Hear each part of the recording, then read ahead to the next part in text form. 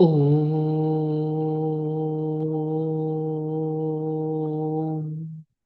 శాంతి. ఓం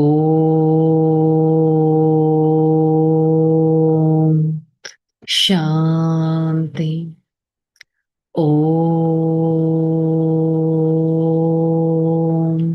శాంతి.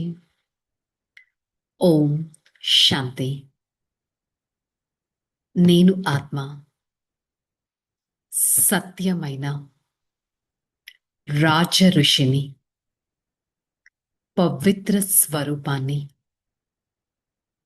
రాజయోగాన్ని ఆచరణ చేసి పరమాత్మ ప్రియ ఆత్మను. ఈ క్షణం నేను ఆత్మ నా ప్రియాతి ప్రియమైన తండ్రి సర్వశక్తివంతుడు వారి సన్ముఖంలో ఈ జ్ఞాన మురళిని వింటున్నట్టు అనుభవం చేసుకుంటాను. ఓం శాంతి. ओम शांति. मुरली डेट 16/6/2026. आज का हेडिंग मीठे बच्चे, तुम अभी सच्चे सच्चे राजयोगी हो.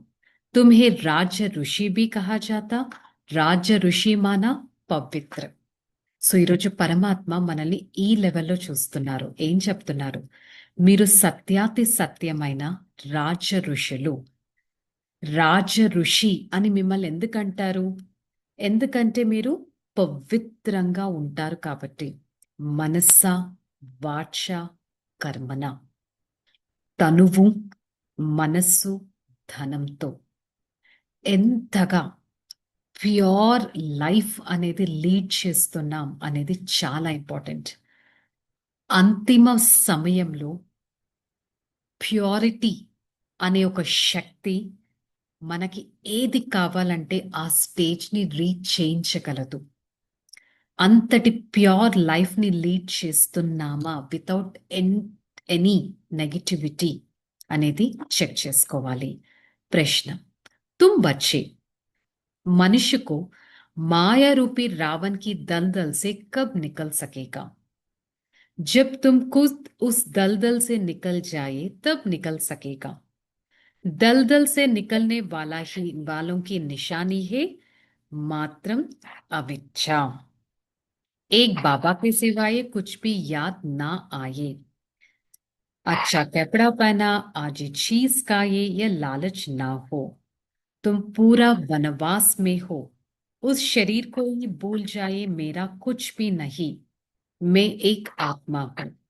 ऐसे आत्मा अभिमानी बच्चे ही रावण की दलदल से मनुष्य को निकाल सकता है.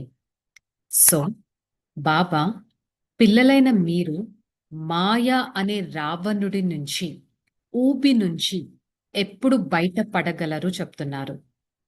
మీరు రావణుడి ఊబి నుంచి ఎప్పుడు బయటపడగలరు అంటే, ఫస్ట్ మీరు ఆ ఊబిలో చిక్కుకుపోకపోతే, మీరు ఆ ఊబిలో చిక్కుకుపోకపోతే అంటే ఏంటి? నేను దేంట్లో చిక్కుకుపోతాను?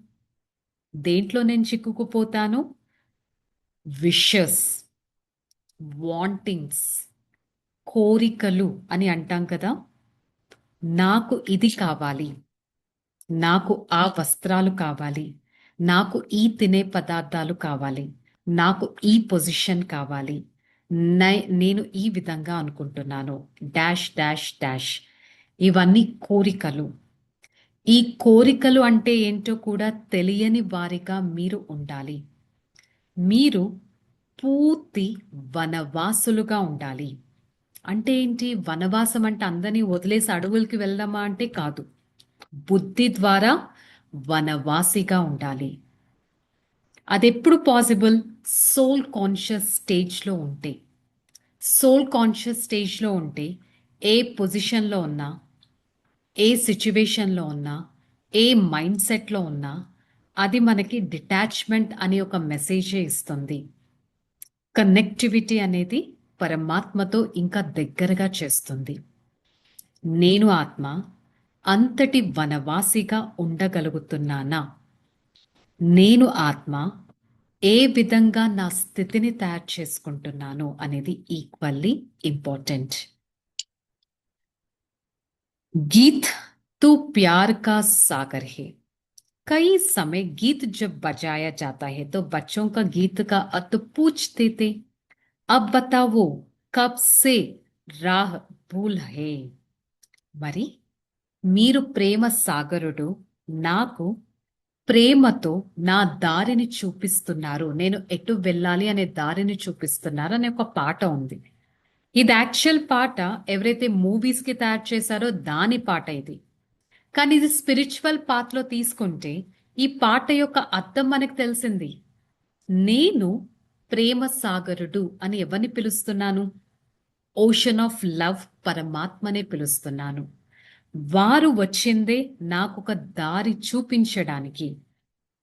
నిజంగా ఎటు వెళ్ళాలా అనే కన్ఫ్యూజన్లో ఉన్నప్పుడు just maintain an eternal silence. Connect your intellect with the Supreme Father and ask Him, seek His suggestion. You will immediately get a touching. అనేది పరమాత్మ క్లియర్గా చెప్తున్నారు. कोई ना कोई द्वापर से कोई भी सतयुग से.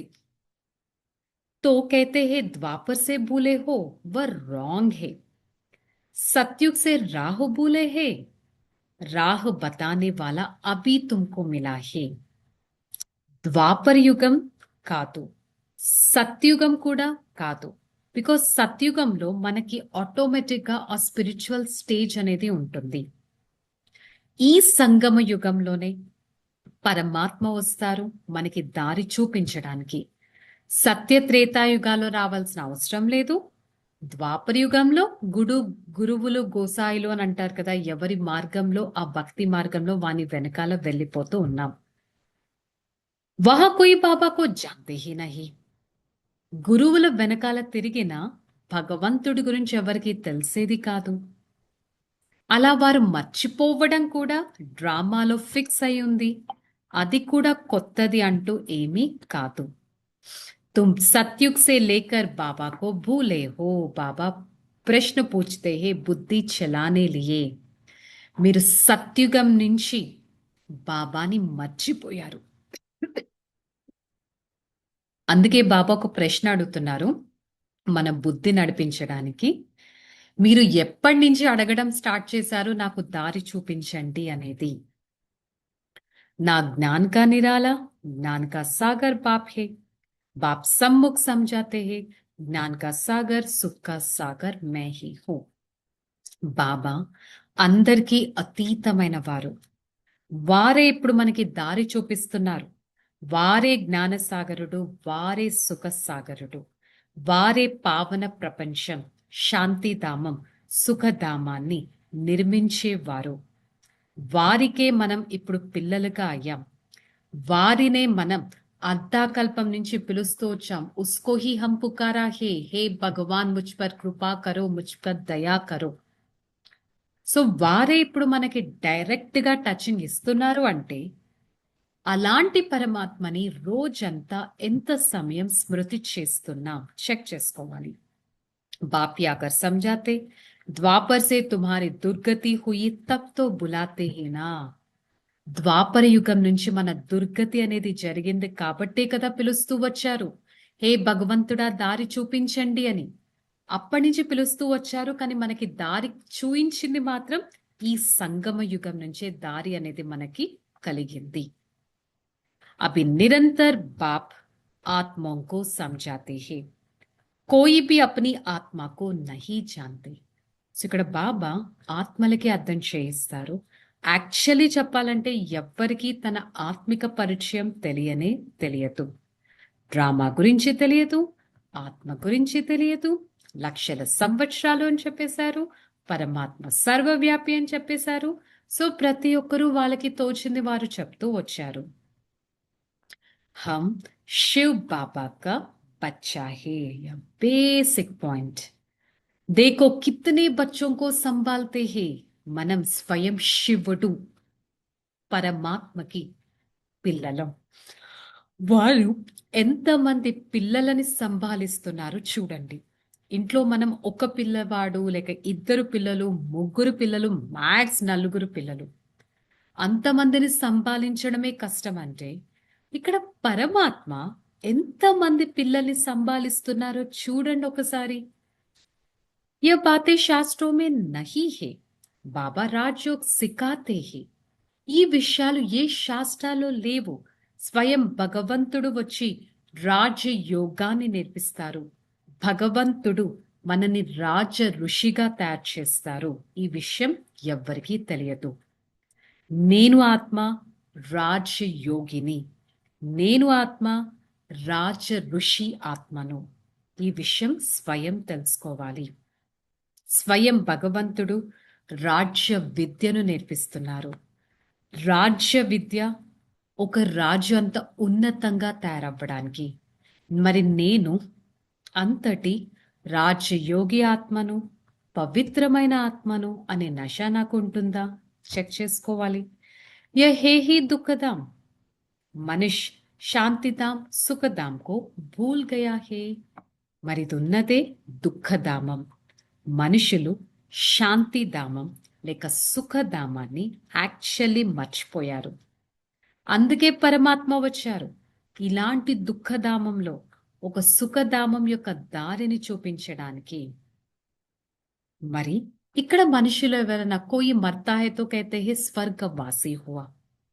సన్యాసి भी कहेगा ज्योति ज्योति में समाया जिसमें सब लीन हो जाएगा. ఎవరన్నా ఇక్కడ చనిపోతే ఆ సోల్ స్వర్గస్థులయ్యారు అంటారు. యాక్చువల్లీ స్వర్గం ఎక్కడుందో ఎవరికీ తెలియదు. స్వర్గం ఎక్కడుందంటే పైన ఉంది అంటారు. పైన ఒక ప్రపంచం అంటూ, ఒక రాజ్యం అంటూ ఉండదు కదా. బేసిక్ పాయింట్ తెలియదు. రాజ ఋషిని ఒక జ్యోతి జ్యోతిలో కలిసిపోయింది అంటారు. ఒక బుడగ పెద్ద బుడగలో కలిసిపోయింది అని రకరకాలుగా చెప్తూ ఉంటారు. యాక్చువల్గా వాళ్ళందరూ చెప్పింది ఎవరి గురించి? ఆత్మ పరమాత్మ దగ్గరికి వెళ్తుంది. కానీ పరమాత్మ దగ్గరికి ఎప్పుడు వెళ్తుంది? తన టైం వచ్చినప్పుడే. ఎప్పుడైతే ప్యూర్గా అవుతుందో అప్పుడే వెళ్ళడం జరుగుతుంది. అంతేకాని డైరెక్ట్గా సత్యుగానికి, డైరెక్ట్గా స్వర్గానికి అంటూ ఎవ్వరూ వెళ్ళలేరు పవిత్రంగా అవ్వకుండా. बाप कहते हैं तुम यहाँ जेवर आदि ही नहीं पहनो. यह क्यों कहते हैं? इसको तो अनेक कारण है. कोई का जेवर गुम हो जाएगा कहेगा या बीके का देकर आई और चोर चकार रास्ता चलते फिरते हैं. आजकल मायों की लूटने वाली बहुत निकली फीमेल भी डाला मारते हैं. సో మౌంట్ అబూకి వచ్చినప్పుడు, సెంటర్కి వచ్చినప్పుడు మీరు ఆభరణాలు వేసుకోవాల్సిన అవసరం లేదు. ఎందుకలా అంటారు? మీరు బై ఛాన్స్ సెంటర్కే వస్తున్నారు, మౌంట్ అబూకే వస్తున్నారు, ఏదైనా ఇంపార్టెంట్ వాల్యుబుల్ పోయింది. నేను బీకేస్ దగ్గరకు వచ్చాను, ఇలా పోయింది. ఇక్కడ కూడా దొంగతనం అవుతుందా? ఈ విధంగా కూడా ఉంటారా? ఇక్కడున్న లేడీస్ ఎవరన్నా దాన్ని తీసేసుకున్నారు అని అంటూ ఉంటారు. అది పాపం వాళ్ళ మిస్టేక్ కూడా కాదు. వాళ్ళు ఆల్రెడీ వాళ్ళ విలువైంది పోయింది కాబట్టి చాలా బాధలో ఉన్నారు. ఆ బాధలో వచ్చిన మాటలు ఇవన్నీ. ప్రపంచం వారికి పూర్తిగా ఈ విషయాలు తెలియనే తెలియవు. ఇప్పుడు మనం స్వయం భగవంతుడు దగ్గరికి వచ్చాం. భగవంతుడు మనకి దారిని చూపిస్తున్నారు, వారసత్వాన్ని ఇస్తున్నారు. సో నేను ఆత్మ సదా పరమాత్మ ఇచ్చే దారి పైన నడవగలుగుతున్నానా అనేది చెక్ చేసుకోవడం ఈక్వల్లీ ఇంపార్టెంట్. ధారణలో బాబా ఇదే చెప్తున్నారు, మేరా మేరా సబ్ छोड़ अपने को आत्मा समझना, आत्म अभिमानी रहने का मेहनत करना, यही बिल्कुल वनवास में रहना है. कोई पहनाने खाने की इच्छा से अविद्या मात्रम रहना है. నాది నాది అనేది ఫస్ట్ వదిలేయండి. నేను ఎవరు? ఐ యామ్ అ సోల్, మే ఏక్ ఆత్మ హో. ఈ ఆత్మాభిమాని స్థితిని మెయింటైన్ చేయడానికి చాలా కష్టపడండి. నేను వనవాసంలో ఉన్నాను. బుద్ధి ద్వారా వనవాసిని నేను అని భావించండి. కోరిక అంటే ఏంటో తెలియని వారిగా అవ్వండి. అలాంటి స్థితిని మీరు తయారు చేసుకోవడం చాలా ఇంపార్టెంట్. కోరికలే నాకు గుర్తొస్తున్నాయి అంటే నేను కూర్చునేది మెడిటేషన్లో, కానీ నాకు గుర్తొచ్చేది మాత్రం నేను అది తినాలా, అది ధరించాలా, ఆ పొజిషన్ తీసుకోవాలా, ఇవే గుర్తొస్తూ ఉంటాయి. సో అవి నాకు గుర్తు రాకూడదంటే ఫస్ట్ ఆ సోల్ కాన్షియస్ స్టేజ్ని మెయింటైన్ చేస్తే ఆటోమేటిక్గా అవి గుర్తు రావు. सेकंड, पाठ बजाते हुए कर्म करते अपना शांति स्वधर्म में स्थित रहना है। शांति धाम सुख धाम को याद करना है, दुख धाम को भूल जाना है. పాత్రని నిర్వర్తిస్తూ ప్రతి పని చేస్తూ శాంతి స్వధర్మంలో స్థితి అవ్వాలి. నేను ఏ పాత్రను చేస్తున్నా శాంతి స్వధర్మంలో స్థితులవ్వాలి. శాంతిధామం సుఖధామాన్ని స్మృతి చేయాలి, దుఃఖధామాన్ని మర్చిపోవాలి. నేను దుఃఖధామంలో ఉన్నాననేది మర్చిపోవాలి. సుఖధామం శాంతిధామాన్ని స్మృతి చేయాలి. वरदानम, रुहाब और रहम के गुण द्वारा विश्व नव निर्माण करने वाले विश्व कल्याणकारी आत्मा भव. స్పిరిచువల్ నశ, ఆత్మిక నశ ఉండాలి, దయా గుణం ఉండాలి. దీని ద్వారా విశ్వ నవ నిర్మాణం అనేది చేయగలగాలి. స్పిరిచువాలిటీ, మర్సిఫుల్ హార్ట్ అనేది ఈక్వల్లీ ఇంపార్టెంట్. స్లోగన్, बाबा के प्यारे, बाबा के प्यार के पीछे व्यर्थ संकल्प न्योचावार कर दो, यही सच्ची कुर्बानी है. ఏ విధంగా దీపం దగ్గర దీప పురుగులు బలిహారం అయిపోతాయి, సో అలాగే తండ్రి ప్రేమ వెనకాల, ఫస్ట్ తండ్రి ప్రేమ వెనకాల మీ వ్యర్థాన్ని సమర్పణ చేయండి, నెగిటివ్ని సమర్పణ చేయండి. ఇదే సత్యమైన బలిహారం. సో ఈరోజు మురళి యొక్క హోంవర్క్ మనకు మురళిలో చెప్పింది, వరదానంలో చెప్పింది కూడా స్పిరిచువాలిటీ, స్పిరిచువల్ ఇంటాక్సికేషన్, ఆత్మిక నశ. నేను ఆత్మ, ఎంతో ఆత్మిక నశ కలిగిన వారిని అనే స్థితిని మెయింటైన్ చేయడానికి ప్రయత్నిద్దాం. I, the soul, always try to immerse in a spiritual intoxication which gives me utmost satisfaction. Okay, chalo. Relax. Om Shanti. Nenu Atma. Satyati Satyamaina. స్థిరమైన ఆత్మిక ప్రేమ కలిగిన వారిని, నిరంతర యోగి ఆత్మను, స్థిరమైన నిర్మాణ స్థితి కలిగిన ఆత్మను, చైతన్యమైన శీతలత స్థితి కలిగిన ఆత్మను సదా నా ఈ ఆత్మిక స్థితి ద్వారా నేను ఆత్మ నా సర్వ మనోకామనలను పూర్తి చేసుకునే వారిని, I, the soul, always try to maintain my own spiritual intoxication. I am the point of light, belongs to my Father. My Father is ocean of love and purity.